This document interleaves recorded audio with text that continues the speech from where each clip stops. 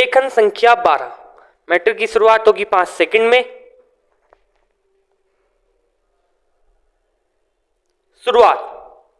अध्यक्ष महोदय, जिस भावना से मैंने यह बिल पेश किया है उसको विरोधी पक्ष के लगभग सभी सदस्यों ने एक मत से महसूस किया है कि देश में बेकारी की जो समस्या है वह एक भयंकर समस्या है और उसके कारण हमारे देश का विकास, चाहे वह सामाजिक हो, आर्थिक हो या सांस्कृतिक, रुका हुआ है और ऐसी स्थिति में हम आगे बढ़ नहीं सकते हैं। इसी प्रकार से इस परिस्थिति का निर्माण हम पिछले 54 वर्षों से देख रहे हैं। मंत्री महोदय ने यहाँ पर अभी कहा कि राष्ट्रपति इस काम को नहीं कर सकते हैं क्योंकि वह उनके अधिकार के बाहर है।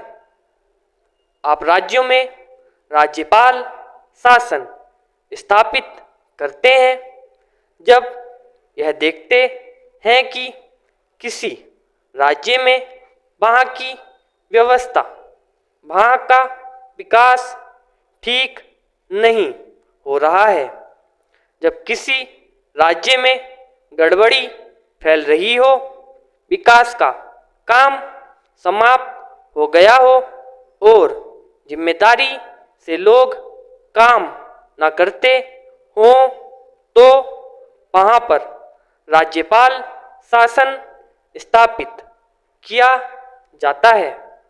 ऐसे बहुत से उदाहरण हमारे देश में मौजूद हैं। उसी प्रकार से हमारे राष्ट्रपति हैं और अगर देश में इस तरह की स्थिति वर्षों तक चले तो कोई कारण नहीं है। आपात के रूप में राष्ट्रपति इस देश की सुरक्षा के लिए, इस देश की उन्नति के लिए जिम्मेदारी अपने हाथ में ना ले सकें। हमारे भाइयों ने बहुत से उदाहरण दिए हैं कि राज्यों में संयुक्त सरकारें नहीं चली, लेकिन उसके पीछे राजनीतिक हथकंडे थे। अगर कोई राजनीतिक पार्टी जिम्मेदारी से काम नहीं करती तो विधान में यह स्पष्ट है कि राष्ट्रपति शासन अपने हाथों में लें।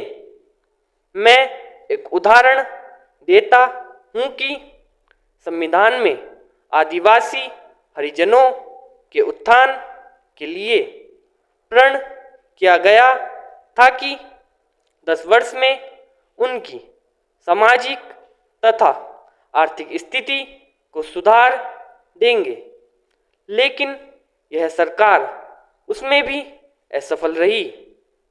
उसको एक बार 10 वर्ष के लिए बढ़ाया गया और दोबारा फिर 10 वर्ष के लिए बढ़ाया गया। इसी तरह से उसको बढ़ाते जा रहे हैं, लेकिन उनकी आर्थिक और सामाजिक उन्नति आप नहीं कर पाए हैं। इस काम में सरकार बिल्कुल असफल हुई है। पिछली बार सरकार पर अविश्वास का प्रस्ताव भी आया था और वह पास होने वाला था। इसलिए मेरा कहना है कि हमारे देश में यह जो बेकारी की समस्या है वह एक बहुत ही भयंकर समस्या है। पूर्ण विराम।